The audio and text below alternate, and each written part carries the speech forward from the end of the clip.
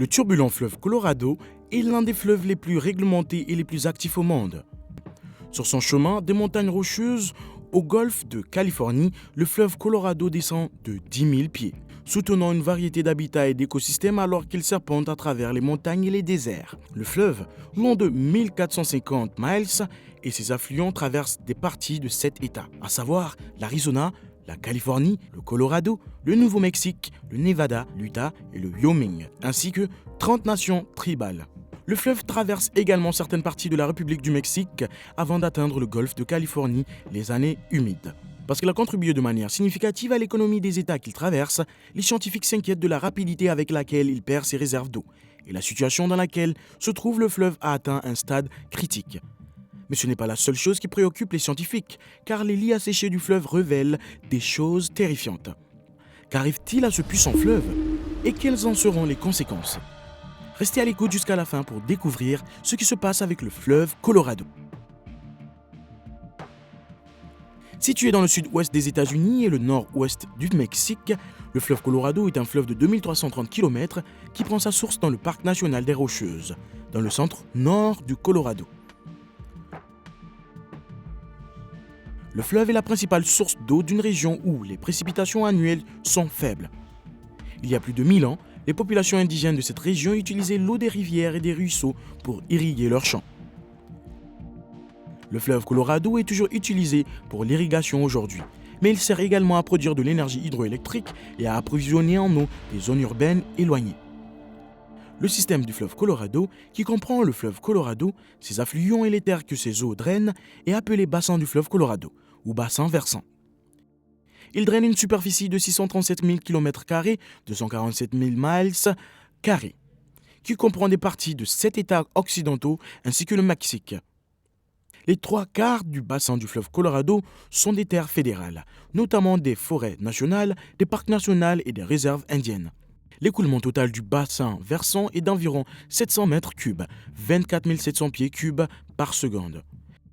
Il forme la frontière internationale entre l'Arizona et le Mexique sur 27 km, 17 miles. La Green River est le principal affluent du Colorado, une artère de 730 miles de long qui commence dans les montagnes de la Wind River au Wyoming et serpente à travers le Colorado et l'Utah avant de rejoindre le Colorado dans le parc national de Canyonlands au sud de l'Utah. Le fleuve Colorado est important car il s'est creusé dans le Grand Canyon au fil du temps, représentant l'histoire de l'origine et de la structure de la Terre comme peu d'autres sites sur la planète. Nous pouvons en apprendre beaucoup sur l'écologie, la culture et l'histoire du Grand Canyon et de l'Amérique dans son ensemble en examinant de plus près ce magnifique fleuve. Au cours des 6 derniers millions d'années, le fleuve Colorado a traversé environ 2 milliards d'années d'histoire géologique de la Terre au Grand Canyon. La séquence rocheuse du Grand Canyon est constituée de couches de calcaire, de grès, de schiste, de granit et de schiste. L'érosion par l'eau et le vent a détruit ces strates, donnant naissance aux falaises et aux pentes qui composent ce étonnant jeu de formes et de couleurs au fil du temps. 2 des barrages les plus connus des États-Unis obstruent le fleuve Colorado. Le barrage Hoover sur le lac Mead a été érigé en 1936 à l'extrémité inférieure sud-ouest du canyon, tandis que le barrage de Glen Canyon, achevé en 1963 à l'extrémité supérieure du canyon, a créé le lac Powell. Le fleuve Colorado est vital pour les villes et les fermes du sud-ouest aride. Le fleuve Colorado exporte plus d'eau que tout autre fleuve des États-Unis. L'eau du bassin du fleuve Colorado est utilisée à des fins municipales et industrielles dans des villes telles que Los Angeles, Phoenix, Las Vegas, Denver et San Diego, entre autres. Cependant, en raison de sa période de sécheresse, le fleuve Colorado, autrefois puissant, est devenu le fleuve le plus réglementé et le plus contesté au monde. Contrairement à d'autres problèmes naturels, le problème du fleuve Colorado peut être attribué à une inexactitude vieille de 100 ans. Depuis les années 1900, le débit du fleuve a diminué d'environ 20% et les 2 principaux réservoirs qui l'alimentent ne sont remplis qu'à un tiers environ. Comme Mead, le plus grand réservoir du pays a perdu plus de 150 pieds au cours des 2 dernières décennies, ce qui laisse peu d'eau pour les plus de 40 millions de résidents du fleuve. L'une des raisons de la décrue du fleuve Colorado est le manque de neige et de pluie. L'Ouest connaît sa 23e année de sécheresse, ce qui pourrait être la période la plus sèche des 1200 dernières années, exacerbée par le changement climatique. Plus des 3/4 de l'eau consommée par les humains à partir du fleuve Colorado sont utilisés pour irriguer les exploitations agricoles qui produisent, entre autres, la quasi-totalité des cultures d'hiver du pays. Cependant, l'une des principales raisons de l'assèchement du fleuve Colorado est liée aux mathématiques, de mauvaises mathématiques. Et c'est pourquoi il est nécessaire d'être attentif en classe. L'eau du fleuve Colorado a été repartie entre les 7 États qui en dépendaient il y a un siècle. L'Arizona, la Californie, le Colorado, le Nevada, le Nouveau-Mexique, l'Utah et le Wyoming. L'accord du Colorado River Compact reposait sur un seul chiffre crucial: la quantité d'eau que le Colorado River peut fournir chaque année. Malgré les meilleures recherches disponibles à l'époque, les responsables pensaient que le fleuve pouvait fournir environ 20 millions de pieds carrés par an. Cette somme était nettement trop élevée, ce qui signifiait que les responsables promettaient de l'eau à des États qui n'existaient pas. Ils imaginaient un fleuve Colorado plus grand que ce que la nature pouvait fournir. La situation du fleuve au XXIe siècle est inéluctable, puisque des décisions importantes ont été prises par des responsables de la gestion de l'eau et des politiciens qui ont rejeté la science existante à l'époque. L'US Geological Survey envoie un chercheur nommé Eugene Clyde Larue pour tenter de mesurer le fleuve Colorado au début du XXe siècle. Larue a commencé à remarquer des sécheresses importantes en dehors de la période pendant laquelle nous mesurions le fleuve depuis quelques décennies. Dans un article publié en 1916, il conclut que le fleuve subit de graves sécheresses sur des échelles de temps allant de 10 à 20, voire 50 à 100 ans, et qu'il ne reste pas simplement humide et plein. Les négociateurs du pacte du fleuve Colorado ont utilisé ces informations pour déterminer comment diviser le fleuve et qui reçoit quoi. Ils avaient besoin de la science, mais ils ont travaillé ensemble pour résoudre le problème sans Larue. Ils l'ont donc mis sur la touche et ont ignoré ses conclusions scientifiques sur les sécheresses graves. Au lieu de cela, les négociateurs se sont penchés sur une période beaucoup plus récente qui a connu des précipitations exceptionnellement élevées. Ils ont déclaré qu'il y avait suffisamment d'eau dans la rivière pour faire vivre toutes ces fermes et ces communautés. Parce que cela ne leur convenait pas, ils ont simplement ignoré la science. Les négociateurs croyaient travailler avec jusqu'à 20 millions de pieds carrés d'eau de rivière s'écoulant chaque année. L'estimation de Larue était plus proche de 15 millions. Mais nous savons maintenant qu'elle n'est que de 12 millions, en partie à cause du changement climatique. Cette disparité est à l'origine de tous les problèmes qui se posent sur le fleuve. Les niveaux d'eau du fleuve Colorado sont tombés à leur point le plus bas depuis un siècle. Les scientifiques craignent qu'au cours des prochaines années, les réservoirs dans lesquels le fleuve s'alimente n'atteignent le niveau de la piscine morte. Lorsque cela se produit, le niveau de l'eau est trop bas pour permettre à l'eau de s'écouler en aval d'un barrage ou de faire fonctionner des turbines pour produire de l'énergie. Outre le fait que les réservoirs sont essentiels pour l'approvisionnement en eau de la région, le niveau généralement accepté pour que cela se produise est de 895 pieds.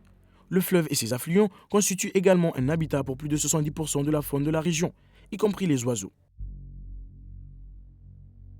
L'avenir du fleuve est sombre. Vous pouvez voir des lignes dans les parois rocheuses, aussi distinctes que des cercles de baignoire montrant que le niveau de l'eau est beaucoup plus bas qu'il ne l'a jamais été. 130 pieds plus bas, en fait, depuis 2000. Selon les responsables des eaux de l'État, plusieurs des réservoirs alimentés par le fleuve ne seront plus jamais pleins. Le changement climatique, selon les géoscientifiques, diminuerait probablement le début de la rivière de 5 à 20% au cours des 40 prochaines années. La diminution des précipitations dans les rocheuses implique moins d'eau au départ, ce qui rend les sécheresses plus sévères, et l'augmentation de la température générale de l'air entraîne une plus grande évaporation de l'eau, ce qui fait baisser les niveaux d'eau. Le fleuve est devenu le symbole de ce qui se passe lorsque nous demandons trop à une ressource limitée. Il disparaît. En réalité, le fleuve Colorado n'atteint plus régulièrement la mer. Des espèces végétales envahissantes, telles que le cèdre salé et les quenouilles, ont complètement envahi le delta, qui était autrefois couvert de forêts mais qui n'est plus qu'une scène de vasières apparemment sans fin. Et en raison du manque d'eau douce dans le golfe de Californie, les populations de crustacés, de crevettes et d'oiseaux aquatiques ont considérablement diminué. Si les conséquences environnementales de l'assèchement du fleuve Colorado sont importantes, les découvertes qui émergent du lit du fleuve sont surprenantes. Prenez par exemple les terres situées sous le lac Mead. Entre mai et août, les restes de 5 personnes ont été découverts dans les parties asséchées du lac. Le médecin légiste du comté de Clark a recueilli les os après que des rangers du service des parcs nationaux américains ont signalé la présence de restes de squelettes humains dans le lac Mead, près de Carlville Bay. Les restes ont été collectés pour identifier la victime et déterminer la cause du décès. Toutefois, ces découvertes est intervenue une semaine après que les restes décomposés d'un homme ont été découverts entassés dans un baril en acier près de la jetée de pêche Hemingway de réservoir, à plus de 30 km de Carlville, selon le département de la police métropolitaine de Las Vegas.